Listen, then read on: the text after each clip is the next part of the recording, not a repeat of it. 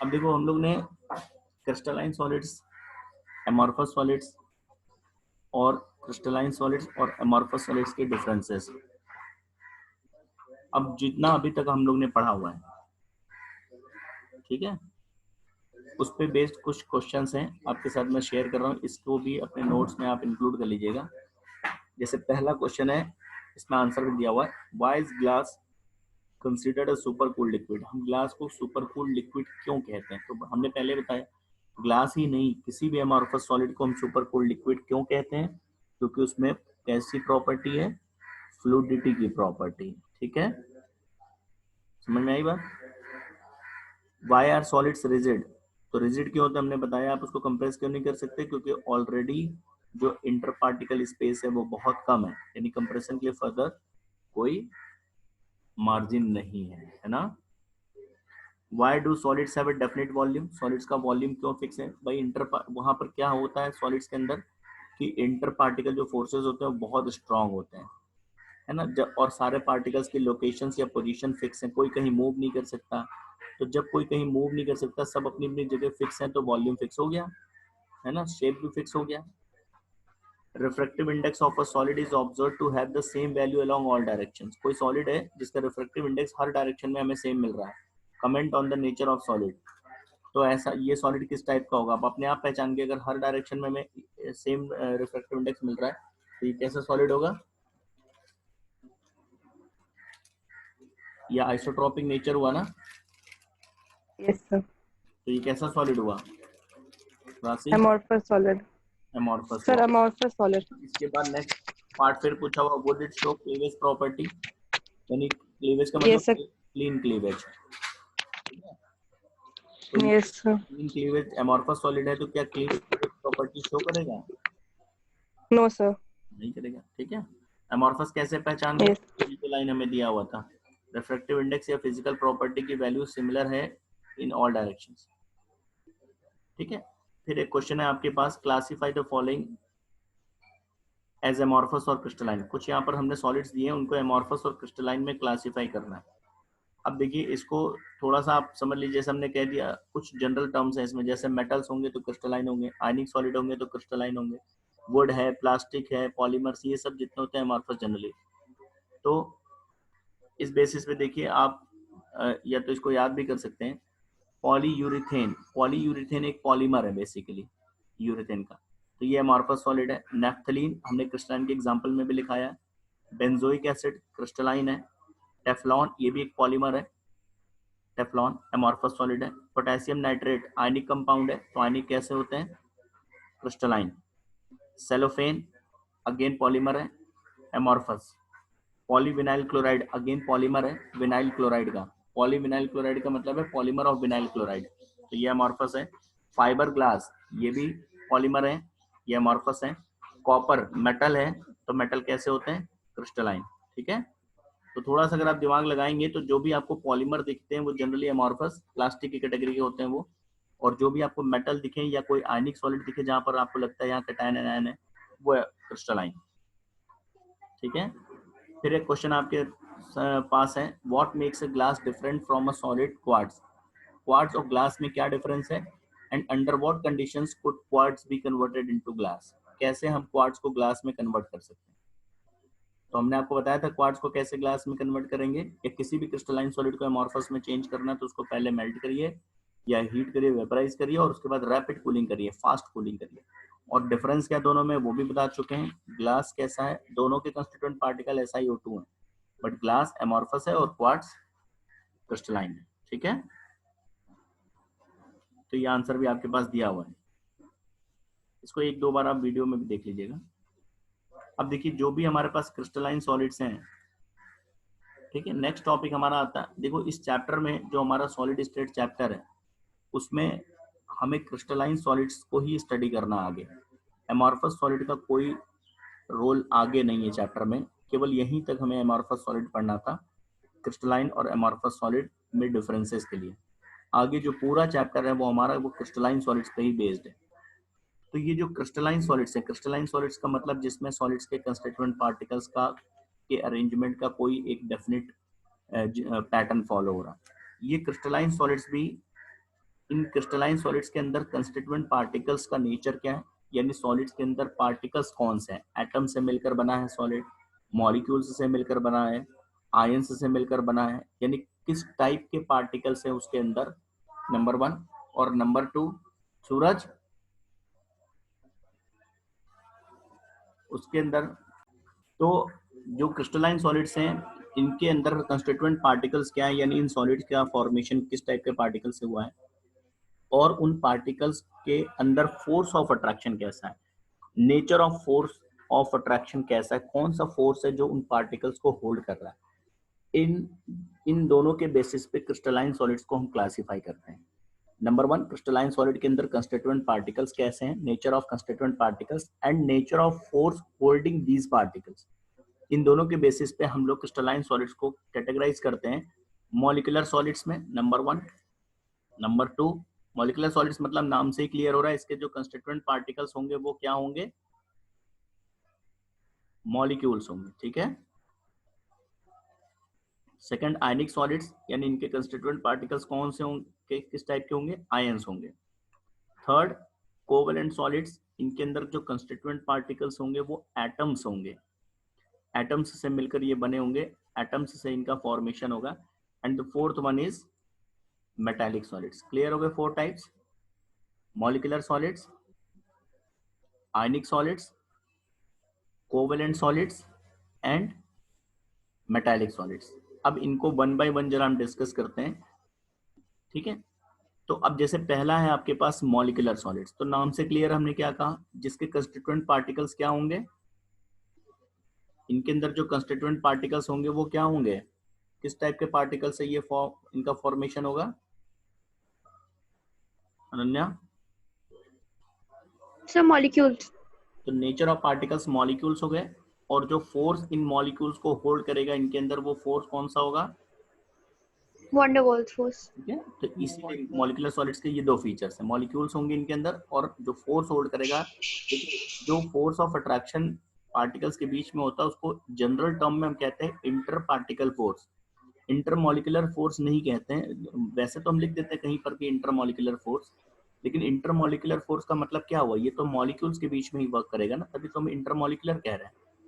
तो general term है हमारा इंटर पार्टिकल फोर्स। अब उसके अंदर वो इंटर मॉलिक्यूलर भी हो सकता है, इंटर एटॉमिक भी हो सकता है, इंटर आयनिक भी हो सकता है, ठीक है।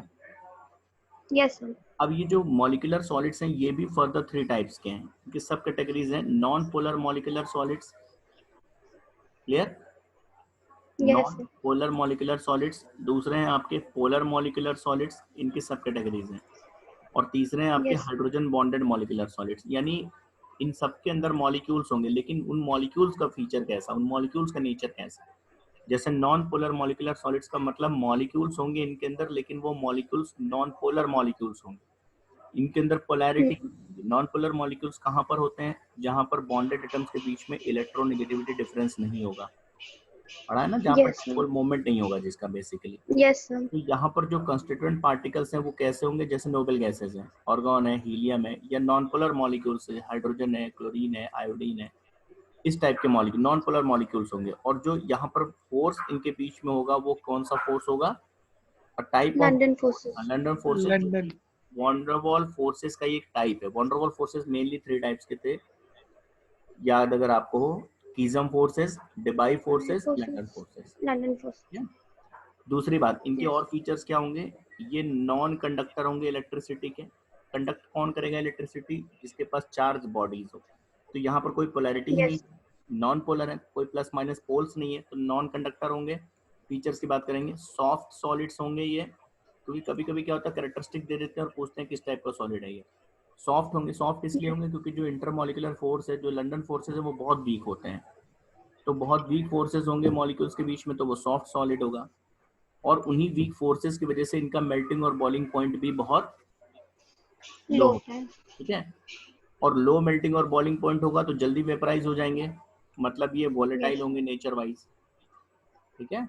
क्लियर ना। और रूम टेम्परेचर पे जनरली ये किस फॉर्म में अवेलेबल होंगे, लिक्विड और गैसेस, सॉलिड होंगे। थोड़ा सा टेम्परेचर दोगे तो तुरंत लिक्विड या वेपर स्टेट में चेंज हो जाएंगे।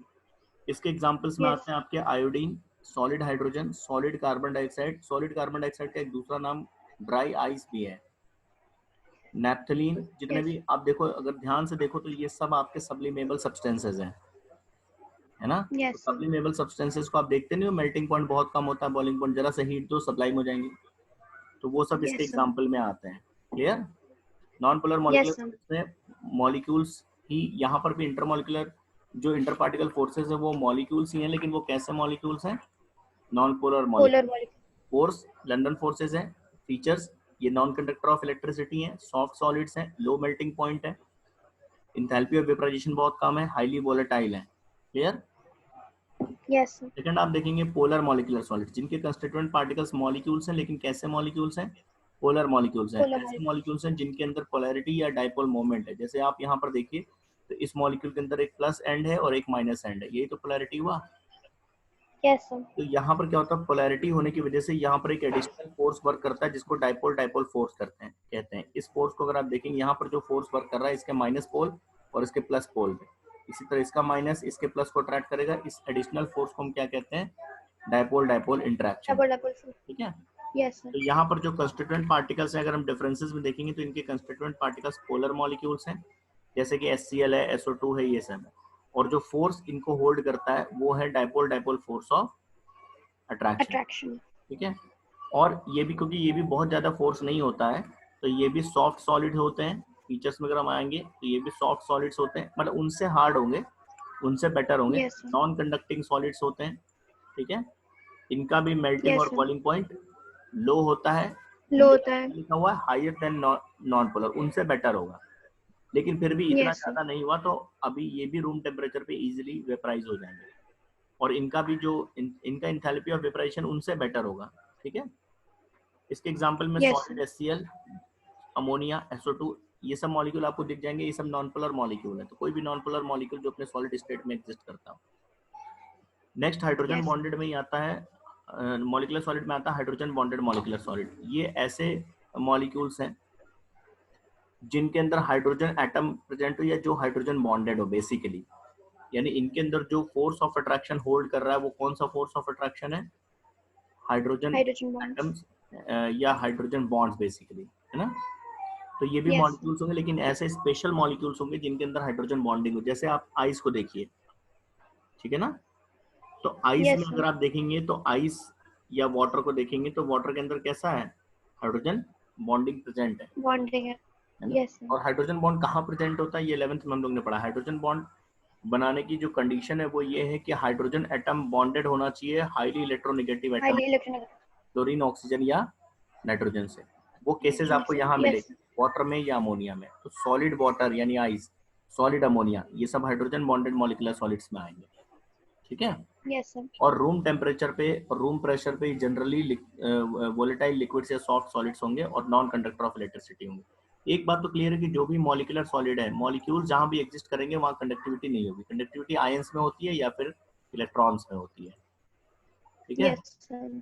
तो नॉन कंडक्टर ऑफ इलेक्ट्रिसिटी तो ही है, प्लस जितने भी मॉलिक्यूलर सॉलिड्स हैं अगर आप देखेंगे तो वो सभी सॉफ्ट सॉलिड्स ही जनरली होते हैं। नेक्स्ट है आयनिक Yes, sir. सॉलिड्स। आयनिक सॉलिड्स के अंदर कंस्टिट्यूएंट पार्टिकल्स क्या होंगे, इसके Ions. आयंस होंगे। आयंस का मतलब कैटायंस एंड एनायंस होंगे। Anions. तो फोर्स यहाँ पर इनको अट्रैक्ट करेगा वो होगा, वो फोर्स कौन सा होगा जो इनको होल्ड करता है, वो फोर्स होगा Strong electrostatic force. Force of attraction, या जिसको कोलम्बिक फोर्स भी कहते हैं, कोलॉम्ब्स लॉ में पढ़ते हैं, है ना। क्योंकि Yes, sir. आयंस के बीच में जो ये फोर्स ऑफ अट्रैक्शन होता है ये बहुत हाई होता है, इस वजह से जो इनका मेल्टिंग और बॉइलिंग पॉइंट होता है ये High होता है. हाई होता है। इनका मेल्टिंग बॉइलिंग पॉइंट बहुत हाई होता है इस स्ट्रॉन्ग इलेक्ट्रोस्टैटिक फोर्स की वजह से। दूसरी बात कि जब ये अपने सॉलिड स्टेट में रहते हैं तो इस हाई इंटर पार्टिकल फोर्स की वजह से, high electrostatic force of attraction की वजह से आयंस का मूवमेंट नहीं हो पाता। ये फोर्स ऑफ अट्रैक्शन इतना स्ट्रॉन्ग है कि आयंस को मूव नहीं करने देता। आयंस इलेक्ट्रिसिटी कंडक्ट कर सकते, कैपेबल हैं, लेकिन मूवमेंट नहीं हो पाता, Yes. इसलिए इलेक्ट्रिसिटी कंडक्शन सॉलिड स्टेट में इनके नहीं होता है।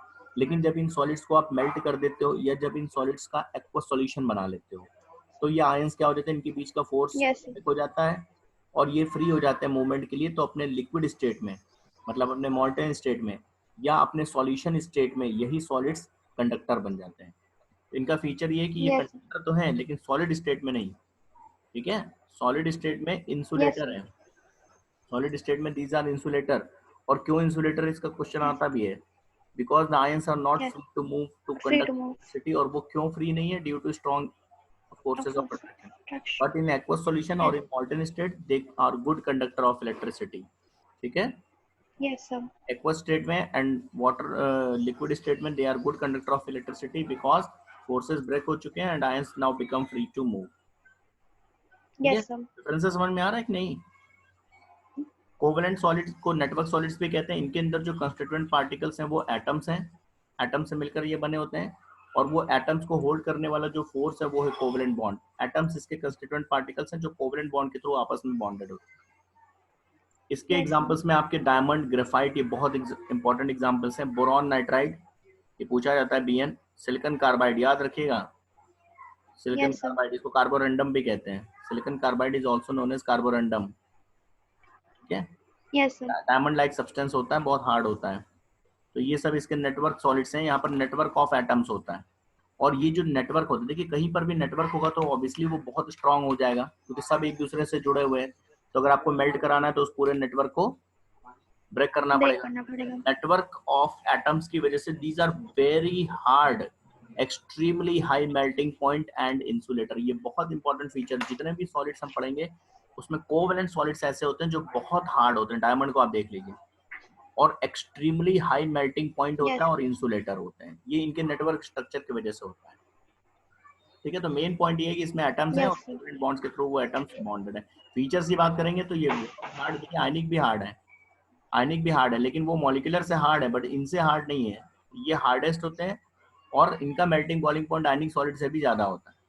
ठीक है, लेकिन डिफरेंस क्या है, आयनिक Yes, sir. सॉलिड्स कंडक्टर होते हैं लिक्विड स्टेट और सॉल्यूशन स्टेट में, ये ऑलवेज इंसुलेटर होते हैं।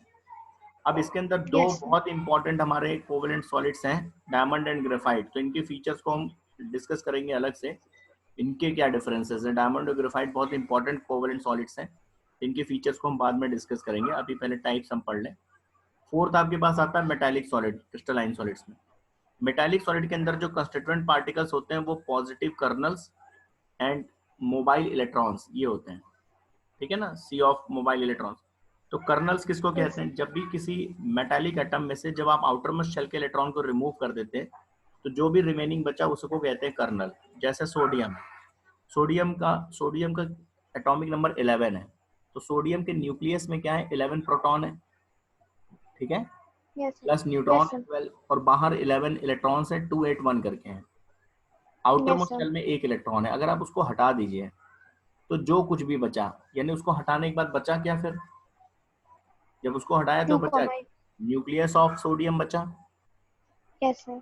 प्रोटॉन प्लस न्यूट्रॉन, प्लस दो शेल उसके पास बचे 2 और 8, 2 इलेक्ट्रॉन और 8 इलेक्ट्रॉन, इतना तो बचा ना, Na Yes, प्लस sir. को कहते हैं। तो ये पूरा जो बचा इसी को कहते हैं हम कर्नल। Kernel.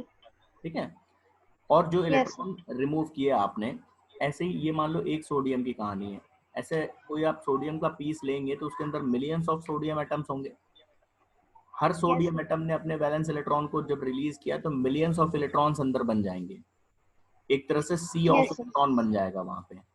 ठीक है, और उस सी ऑफ Yes, sir. इलेक्ट्रॉन में ये जो पॉजिटिवली चार्ज आयंस या कर्नल्स हैं वो इमर्स्ड होंगे बीच बीच में कहीं कहीं पे। ठीक है, Yes, sir. यही स्ट्रक्चर होता है मेटल्स का, इसी को electron sea model of metal भी कहते हैं। और एक बात ध्यान रखिएगा कि मेटल्स के अंदर ये जो हमारे इलेक्ट्रॉन्स हैं ये मोबाइल इलेक्ट्रॉन्स होते हैं, इनको मोबाइल इलेक्ट्रॉन या इलेक्ट्रॉन गैस भी कहते हैं। इसीलिए कहते हैं क्योंकि गैस के मॉलिक्यूल्स की तरह ये मूव करते रहते हैं।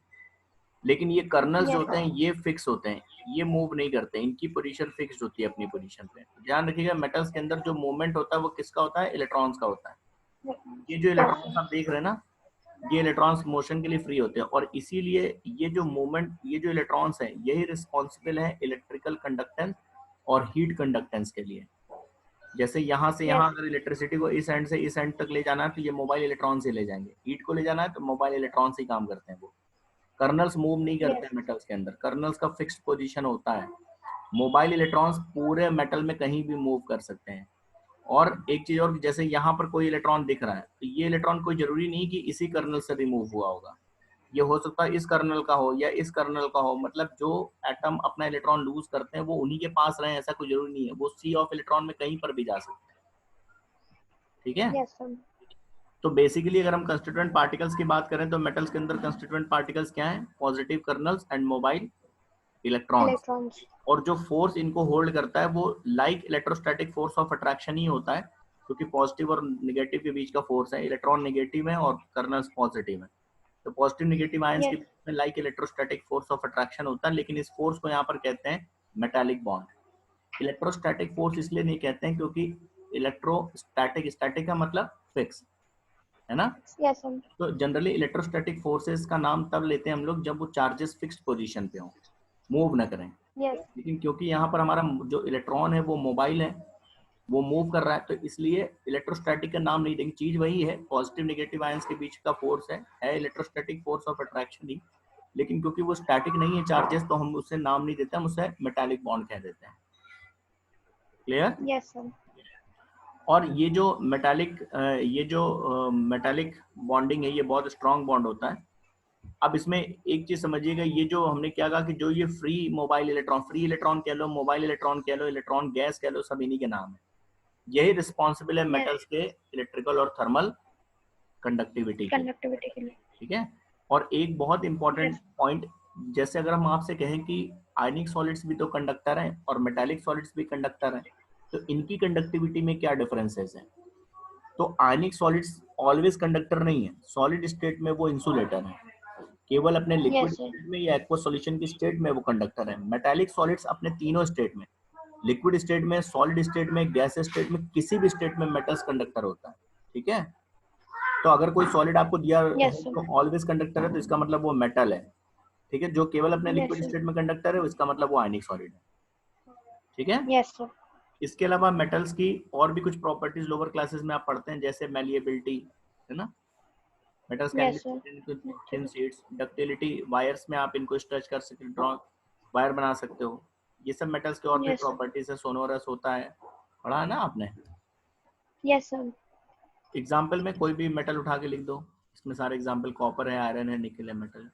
तो ये क्रिस्टलाइन Yes. सॉलिड्स में भी फर्दर 4 टाइप्स हैं, है ना। यहाँ पर एक उसका एक टेबल भी दे Yes, sir. रखा है। जैसे मॉलिक्यूलर सॉलिड्स में 3 टाइप्स हो गए, non polar, polar, hydrogen bonded. Force कौन सा होता है? डिस्पर्जन फोर्सेज या लंडन फोर्सेज, नॉन पोलर में, पोलर में डाइपोल डाइपोल, हाइड्रोजन बॉन्डेड में हाइड्रोजन बॉन्डिंग। ये एग्जांपल्स हो गए, ये Yes. फीचर्स हो गए, है ना। आयनिक सॉलिड्स Yes, sir. आयंस होते हैं, जो फोर्स होता है वो कोलम्बिक या इलेक्ट्रोस्टैटिक। एग्जांपल्स हो गए, hard but brittle, easily break हो जाते हैं। Insulator in solid Yes, state sir. But conductor in molten state और aqueous solution state. Metallic solids में Yes, sir. पॉजिटिव आयंस यानी kernels in a sea of delocalized electron. Delocalize का मतलब होता है, डीलोकलाइज किसको No. कहते हैं? जिसका कोई सर्टेन पोजीशन नहीं हो। जो इलेक्ट्रॉन अभी यहाँ, Yes, थोड़ी sir. देर बाद मेटल के दूसरा एंड पे होगा, फिर वो इधर आ जाएगा। तो जो जिसका कोई परमानेंट कोई लोकल एड्रेस नहीं हो, वो डीलोकलाइज, ठीक है। Yes, sir. डीलोकलाइज इलेक्ट्रॉन मतलब वही मोबाइल इलेक्ट्रॉन। मेटालिक बॉन्डिंग जो फोर्स होल्ड करता है वो मेटालिक बॉन्डिंग है। Hard but malleable and ductile. यहाँ पर देखिए हार्ड बट ब्रिटल, आयनिक में हार्ड है बट ब्रिटल है। ब्रिटल का मतलब अगर आयनिक सॉलिड्स को अगर फोर्स लगाओगे, हैमरिंग करोगे, तो वो ब्रेक हो जाएंगे छोटे छोटे पीसेस में, ठीक है। Yes, sir. किसी ने रूरल एरियाज में, गांव में कॉमन सॉल्ट देखा हुआ है? कॉमन सॉल्ट के क्रिस्टल्स आते हैं गांव में, यहाँ पर तो पाउडर फॉर्म में मिलता है ना आपको। Yes, sir. ये सर देखा है। देखा रूरल एरियाज में नमक यस के सर। छोटे छोटे आपको वो मिलेंगे, क्रिस्टल टाइप के मिलेंगे, है ना, पीसेस मिलेंगे। तो वो यस सर। तो जब ब्रेक करोगे तो वो ब्रेक हो जाएंगे, पाउडर फॉर्म में आ जाएंगे, वही ब्रिटल नेचर हुआ। लेकिन मेटल्स में ऐसा नहीं होता, Yes. मेटल्स हार्ड होते हैं बट ब्रिटल नहीं होते हैं, मैलिएबल एंड डक्टाइल। मतलब जब आप इसको हैमरिंग करोगे, फोर्स लगाओगे, तो ब्रेक नहीं होंगे, फैल जाएंगे, शीट्स में कन्वर्ट हो जाएंगे, ठीक है। तो डिफरेंसेस देखिए, ये Yes, sir. Hard but brittle, hard and brittle, ये हार्ड बट मैलिएबल, ठीक। Yes, sir. Ionic solids conductor in liquid state and in aqueous solution state only. ये ऑलवेज कंडक्टर होंगे, चाहे अपने लिक्विड स्टेट में हो चाहे सॉलिड स्टेट में। कोवलेंट या नेटवर्क सॉलिड्स एटम्स होंगे, कोवलेंट बॉन्ड, वहां होल्ड करने वाला जो फोर्स है वो कोवलेंट बॉन्ड है। Quartz, diamond, aluminium nitride, graphite बहुत इंपॉर्टेंट एग्जांपल्स हैं। ये जनरली कैसे होते हैं? बहुत हार्ड होते हैं, ठीक है। एक एक्सेप्शन इसमें ग्रेफाइट है जो सॉफ्ट होता है, और वो इसका एक एक्सेप्शन यहाँ पर ये मिलता है। वैसे जितने भी कोवेलेंट सॉलिड्स हैं उसमें एटम्स होते हैं, और एटम्स इलेक्ट्रिसिटी कंडक्ट नहीं करते हैं, तो वो जनरली इंसुलेटर होते हैं। ग्रेफाइट उसका एक एक्सेप्शन है जो सॉफ्ट है, नेटवर्क सॉलिड होते हुए भी सॉफ्ट है, और दूसरी बात है कंडक्टर है वो। ग्रेफाइट के आप देखिए इलेक्ट्रोड्स यूज करते हैं हम लोग मेटलर्जी में, Yes, sir. तो ग्रेफाइट एक एक्सेप्शनल कोवलेंट सॉलिड है जो इंसुलेटर है, ठीक है, sorry conductor. Yes, sir. Otherwise Conductor. Insulator, general feature covalent solids का होता है कि वो इंसुलेटर होते हैं, क्लियर। Yes, sir. तो ये हमारे टाइप्स हो गए। अब इसमें देखिए ग्रेफाइट और डायमंड को हम अलग से डिस्कस करेंगे, दोनों के डिफरेंसेस करेंगे, और ये जो टॉपिक हमने पढ़ा, जो टाइप्स ऑफ क्रिस्टलाइन सॉलिड्स पढ़े, इस पे भी बेस्ड क्वेश्चंस हैं, ये एक्सरसाइज भी हम लोग डिस्कस करेंगे नेक्स्ट क्लास में। नेक्स्ट क्लास में हम लोग अभी इसके टाइप्स को जो हम लोग ने पढ़ा हुआ है उसमें डायमंड और ग्रेफाइट को थोड़ा डिटेल में पढ़ेंगे, उनके अंदर डिफरेंसेस पढ़ेंगे, और दूसरा हम लोग डिस्कस करेंगे यहाँ पे जो एक एक्सरसाइज दे रखी, जितना हमने टॉपिक पढ़ा है उस पर बेस्ड।